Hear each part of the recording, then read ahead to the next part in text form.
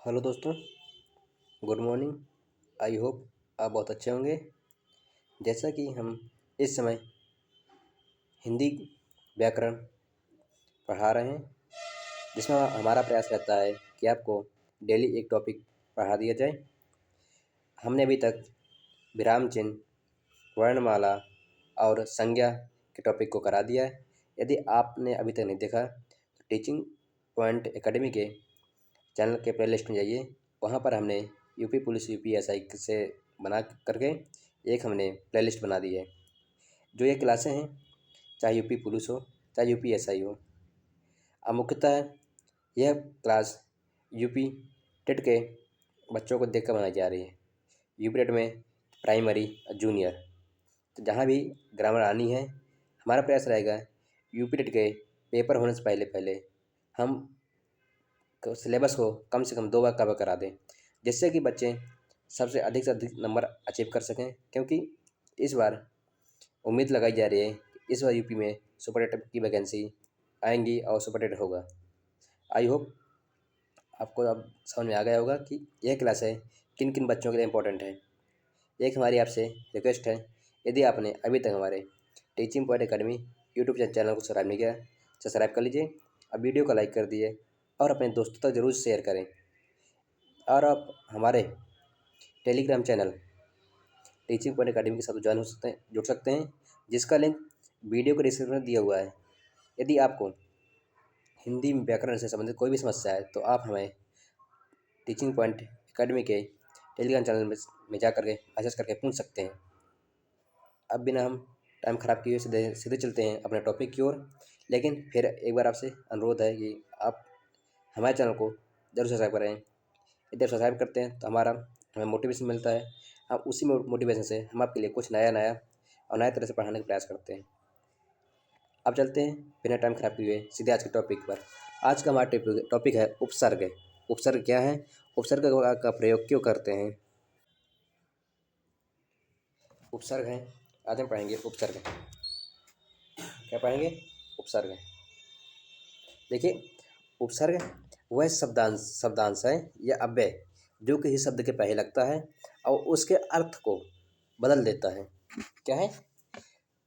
उपसर्ग वह शब्द है जो क्या हम कहते हैं उपसर्ग। देखिए, उपसर्ग का प्रयोग हम शब्द के शुरुआत में करते हैं। कहाँ? उपसर्ग का प्रयोग हम शब्द के शुरुआत में करते हैं। जब हम किसी शब्द में उपसर्ग लगा देते हैं तो उसका अर्थ पूरा बदल जाता है। देखिए, इसकी परिभाषा क्या है? वह शब्दांश या अव्यय जो किसी शब्द के पहले लगकर उसके मूल शब्द के अर्थ में परिवर्तन कर विशेष अर्थ प्रकट करता है, उसे उपसर्ग कहते हैं।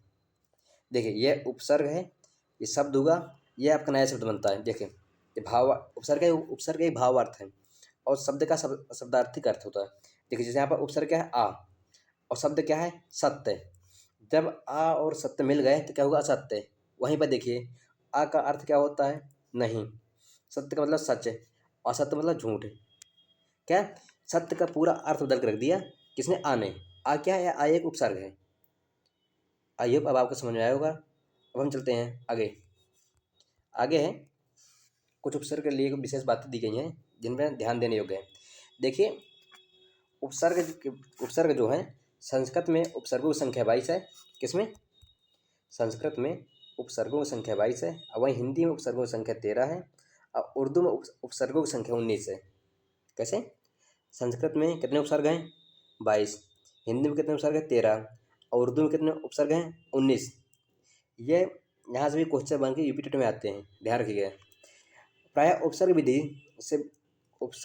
विधि से बने नए शब्द का अर्थ उपसर्ग के भावार्थ तथा मूल मूल शब्द के अर्थ के आसपास होता है। जैसे अप और कीर्ति। देख, कीर्ति माने क्या होता है? प्रसिद्धि। अप माने बुराई, बुरा। अपकीर्ति मतलब बदनामी हुआ। अब देखिए, उपसर्ग का प्रयोग करके हम 3 प्रकार के शब्द प्रकट होते हैं। इसका उपसर्ग का प्रयोग करके 3 प्रकार के शब्द प्रकट होते हैं। नंबर 1, विलोम शब्द। हम उपसर्ग का प्रयोग करके हम विलोम शब्द बना सकते हैं। जैसे उपसर्ग के प्रयोग से विलोम शब्द बनाया जा सकता है। जैसे गमन, गमन है आ लगा दो आगमन, गमन मतलब जाने वाला, आगमन मतलब आने वाला। सत्य आ लगा दो असत्य, सत्य मतलब सच, असत्य मतलब झूठा। ठीक है, वहीं पर हम पर्यायवाची शब्द भी बना सकते हैं उपसर्ग का प्रयोग करके। जैसे परिभ्रमण, क्यों परिभ्रमण, विशुद्ध विशुद्ध। अब आगे चलते हैं, देखते हैं नई विशेषता वाले शब्द।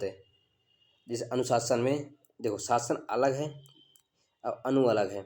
जब अनु प्लस शासन में तो क्या होगा अनुशासन। आई होप आप समझ में आया होगा। अब हम चलते हैं अगले।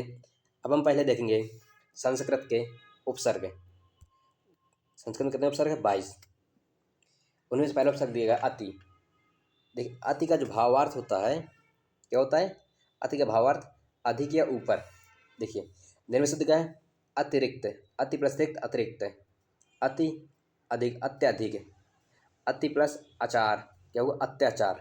क्या इसमें आता ना वहाँ पर बन के बोल दिया जाएगा अत्याचार में क्या उपसर्ग है, तो अब बताना अत्याचार में अति उपसर्ग है। अब अगला उपसर्ग है आपका अधि। क्या अधि है, अधि का अर्थ होता है भावार्थ होता है श्रेष्ठ, ऊपर, ऊंचा, प्रधान और प्रमुख है। दो कार है मैं लगा दिया अधि, तो क्या हुआ अधिकार। पति है अधिपति, अच्छा है अध्यक्ष। अब आ जाता है अध्यक्ष में कौन सा उपसर्ग है, तो हम क्या बताएंगे अधि उपसर्ग है। अब इसी तरह हमारा अगला उपसर्ग है अनु। क्या अनु, भावार्थ है अनु का पश्चात, समानता, स्वयं, पीछे। देखिए अनुशासन, अनुरूप, अनुकरण। आप लिखिए करण में क्या लगा दें अनुकरण बन, तो अनु लगा देंगे तो अनुकरण बन जाता है। तो अगला उपसर्ग है हमारा अप। क्या अप, लघुता इसका अर्थ होता है हीनता और अभाव। देखिए मान, मान एक पॉजिटिव शब्द है, अपमान जस्ट विपरीत है, हीनता आ गई, अभाव हो गया इसका मान का। कीर्ति अपकीर्ति, हरण अपहरण। अब अगला हमारा उपसर्ग है अभी, भावार्थ है श्रेष्ठ, आसपास, क्या श्रेष्ठ, पास, अति और अधिकता। देखिए अभिमान, अभिसार, अभिप्राय, क्योंकि वहाँ पर आ जाता है अति किस भाषा का उपसर्ग है। अब बताना है अति जो है संस्कृत भाषा का उपसर्ग है। आई होप अब समझ में आया होगा। हमारे 5 संस्कृत भाषा का उपसर्ग कर लिए। अब चलते हैं 6वें नंबर पर, दिया गया है आपका आ। क्या आ का होता है अर्थ तक, उल्टा और समेत। देखिए आगमन का उल्टा हो गया आगमन, जन्म का आजन्म, दान का आदान। अब अगला उपसर्ग है परि। परि का मतलब आसपास चारों ओर। देखो पूर्ण परिपूर्ण, भ्रमण परिभ्रमण, कल्पना परिकल्पना। अगला उपसर्ग है उत। उत का अर्थ होता है ऊपर, ऊंचा, श्रेष्ठ, उत्तम। क्या उत का अर्थ होता है ऊपर, ऊंचा, श्रेष्ठ, उत्साह, उत्तम। देखो साह में उत लगाया उत्साह बन गया, उत में कर्ष लगाया उत्कर्ष हो गया, उत्पत्ति उत्पन्न हो गया। अगला हमारा है उपसर्ग उप। देखिए उप का जो अर्थ है निकटता, गौण, सहायक, अभिन्नता, भेद में उपभेद, और मंत्री में उपमंत्री, कार में उपकार। आयुप अब आपको समझ में आ गया होगा। अब हम चलते हैं अगले उपसर्ग में। अगला उपसर्ग है आपका दुर। दुर का जो भावार्थ होता है वह होता है बुरा, कठिन, दुष्टहीन, जैसे दुष्टाचार, गम्य, दुर्गम, दुर्गुण। ये क्या है, ये दुर का उपयोग करके बने शब्द हैं। अगला उपसर्ग है हमारा दुस। इसका अर्थ है बुरा, कठिन, हीन। देखिए कर्म में, कर्म एक अच्छा शब्द है, जहाँ दुस लगा तो क्या होगा दुष्कर्म, बुरा हो गया। काल, दुष्काल, क्या ये बुरा शब्द हो गया। अब आता दुह। देखो कठिन, इसका कठिन होता है, बुरा होता है, दुष्ट होता है। देखिए साहस में दु लगा दुस्साहस हो गया, क्या ये बुरा शब्द हो गया। स्वप्न में दु लगा दूसपन हो गया। अब हम चलते हैं अगले उपसर्ग में। अगला उपसर्ग है हमारा नी। नी का भाव अर्थ है, क्या है? नी का जो भाव अर्थ है वह है भीतर, नीचे, अतिरिक्त। जैसे देखिए निरोग, निरोग, निदान। अगला उपसर्ग निर। भय, क्या? निषेध और रहित। अब देख भय, भय बोलते क्या? डर, डर हमें लग रहा भय है। और निर लगा दिया निर्भय, मतलब कोई डर नहीं है, निर्भय व्यक्ति है वो। मल, निर्मल। वास, निर्वास। हमारा अगला उपसर्ग है उपसर्ग निस। निस का भाव अर्थ है रहित और पूरा। क्या है? रहित और पूरा। जैसे निर्भय शब्द क्या है? तेज, मतलब निस्तेज। और संकोच, निसंकोच। अब देखिए संकोच क्या है? मतलब व्यक्ति संकोच कर रहा है। निसंकोच मतलब संकोच कर ही नहीं रहा है। निस्संदेह, मतलब संदेह मतलब क्या? संदेह तुम्हारे अंदर है तो अब उसका संदेह है। निसंदेह मतलब इसके ऊपर कोई संदेह नहीं किया जा सकता। अगला है परा। परा का अर्थ है पीछे, उल्टा, अनादर, पराजय। देखिए जय में क्या लगा? परा, पराजय। अधीन में पराधीन। अब चलते हैं हम अगले उपसर्ग में जो हमारा है प्रा। क्या है? प्रा। देखिए प्रा का अर्थ है, भावार्थ है अधिक, आगे, ऊपर, यश। देखो चार है क्या? वो प्रचार। क्या हुआ? आपके यश हो गए। ख्यात, प्रख्यात, आपका यश हो गया। अगला उपसर्ग है प्रति। प्रति का भाव अर्थ है हर एक, समान, मुकाबले। देखिए निर्मित क्या हुआ है? क्षण, प्रतिक्षण। ध्वनि, प्रतिध्वनि। अगला है वी का अर्थ क्या है? भिन्नता, हीनता, असमानता, नाश में विनाश, देश में विदेश। अगला है आपका सम। सम का मतलब पूर्णता, संयोग, अच्छा, गम, संगम, अच्छा हुआ। मुख, सम्मुख। लास्ट हमारा उपसर्ग है वह है सु। सु का अर्थ होता है अधिक, अच्छा, सुकर्म, सुकर्म, सुगति, सुगति, सुगंध, सुगंध। जब गंध में सु लगा, सुगंध मतलब अच्छा बन गया। और वहीं कर्म में सु लगा, सुकर्म। आई होप अब आपको समझ में आया होगा। अब हम चलते हैं अगले उपसर्ग हिंदी के उपसर्ग। हिंदी में भी पहला उपसर्ग है हमारा, हिंदी में कितने उपसर्ग होते हैं? 13। जो हमारा पहला पहला उपसर्ग है वह है आ, जिसका अर्थ है अभाव और निषेध। छूत में आ लगा, अछूत। जान में लगा, अजान। गे में लगा, अगे। अगला हमारा उपसर्ग है वह है अन का। क्या है? अभाव और निषेध। देखो मोल में अनमोल, पढ़ में अनपढ़, अधिकार, अनधिकार। अगला हमारा उपसर्ग है अध। अध का जो भावार्थ है वह है आधे के अर्थ में, खिला, अध खिला। देखिएगा बोल देगा गुलाब का फूल खिला है, अब उसका गुलाब का फूल अध खिला मतलब आधा खिला है। पका, अध पका। जला, अध जला। क्या हुआ? इसका मतलब क्या है? आधे के रूप में हम उपयोग करेंगे अध का। अगला उपसर्ग है हमारा उन। तो उनका अर्थ है एकदम, एक कम। उनका क्या अर्थ है? एक कम। 20 में एक कम 19। देखो क्या? 30 में एक कम 29, 29। 60 में उन लगा दिया, 59 आता है। 29 में कौन सा उपसर्ग है? उनका अर्थ क्या है? ये अधिकतर क्वेश्चन आते हैं, चाहे यूपीएसआई हो, यूपी पुलिस हो, या UP TET, UP super TET, कहीं भी हो, उपसर्ग से एक क्वेश्चन पक्का आता है। अगला आपको दिया गया है अव। अव का अर्थ है हीन और निषेध। देख गुण, जो गुण यह होता है वह एक शब्द, अच्छा शब्द है। अवगुण ये एक बुरा शब्द हो गया। लाद मतलब 22, औलाद। कु क्या है? कु का अर्थ क्या? बुराई, हीनता, कुत्सित, नीच। देख ख्यात, मतलब ख्यात एक अच्छा शब्द है, वहीं कुख्यात यह एक बुरा शब्द है। रूप है, रूप एक अच्छा शब्द हुआ। क्या हुआ? कु लगा, कुरूप हो गया। हम कु किस लिए उपयोग करेंगे? इसका जहाँ पर कु लग जाएगा उसका अर्थ हमेशा बदल जाएगा। क्या हुआ है? बुराई होगी, हीनता हुई, कुत्सित, कुत्सित होगा या फिर नीच होगा। अब हम चलते हैं अगले उपसर्ग पर। अगला उपसर्ग है हमारा सा। सा का अर्थ श्रेष्ठता, अच्छा, हित, साहित्य, पूत, सपूत। अब चलते हैं हम अगला उपसर्ग है हमारा का अर्थ है बुराई, हीनता, कुत्सित, नीच। ये हमने कर लिया पहले।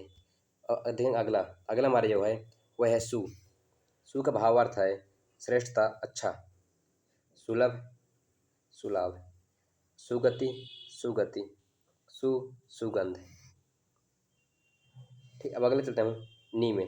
नी का अर्थ होता है, भावार्थ होता है निषेध और अभाव और रहित। क्या क्या होता है? डर। अब निडर मतलब उसके अंदर डर है ही नहीं, निषेध हो गया उसका। कंपा, निकंपा, हत्या, हत्था, निहत्था। अगला उपसर्ग हमारा दू का भावार्थ है दो, बुरा, दिन, दुकाल, दुकाल, बला, दुबला। अगला हमारा उपसर्ग है वह बिन का जो भावार्थ होता है वह है आपका, बिन का उपसर्ग है का भावार्थ है निषेध, अभाव, रहित। देखिए देखा, बिन देखा मतलब निषेध होगा उसका। ब्याह, बिन ब्याह, बोया, बिन बोया। अगला हमारा उपसर्ग है भर का भावार्थ है पूरा, ठीक, भर पेट, भर दिन, भर पूरा, भरपूर। क्या जहाँ भर आएगा मतलब उसका अर्थ होगा पूरा या ठीक है। आई होप आपके समझ में आया होगा। अब हम चलते हैं अगले उपसर्ग। उर्दू के उपसर्ग है जिनकी संख्या 19 है। अब हिंदी के उपसर्गों की संख्या कितनी है? 13 है। और वहीं पर संस्कृत के उपसर्गों की संख्या कितनी है? 22 है। देखते हैं उर्दू के उपसर्ग। वह पहला उपसर्ग है इसमें कम। कम का मतलब क्या है? थोड़ा और हीन, जिस कम सीन, कम उम्र है। अगला है खुश। खुश का अर्थ क्या है? अच्छा, शुभ, प्रधान, खुश मिजाज, खुशबूदार, खुशकिस्मत। अगला है गैर, मतलब भिन्न, दूसरा, पराया। देखो गैर मुल्क, गैर सरकारी, गैर हाजिरी। अगला हमारा उपसर्ग है वह है आपका उप, जिसका भावार्थ है में, अंदर, दरअसल, दरमियान। अगला उपसर्ग है ना का भावार्थ है अभाव और निषेध। देखिए न जिससे बनने शब्द का उम्मीद में न लगा दें ना उम्मीद, जिसको उम्मीद ही न हो।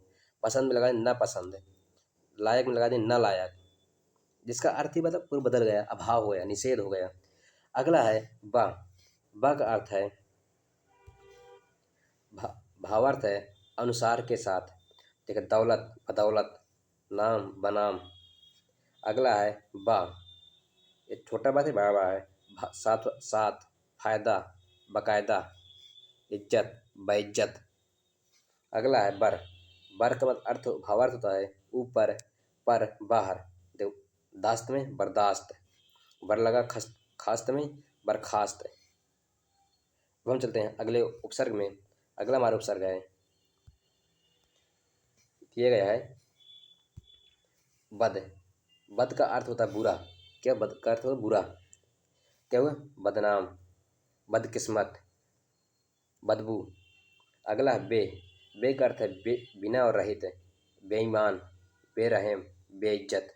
अगला है उपसर्ग ला का अर्थ होता है बिना, ला इलाज, लापरवाह, लावारिस। सर का अगला उपसर्ग सर का मुख्य अर्थ होता है मुख्य या श्रेष्ठ, सरकार, सरताज।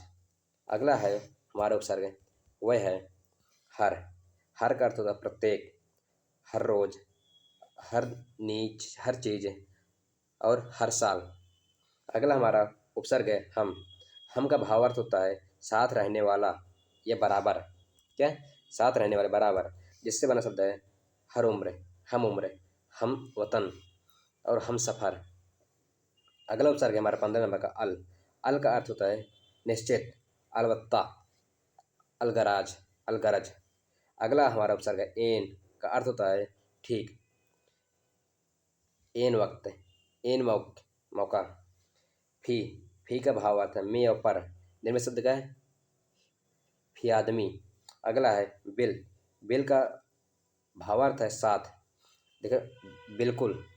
अगला आपका उपसर्ग है बिला का भावार्थ है बिना, निर्मित शब्द है बिल कसूर।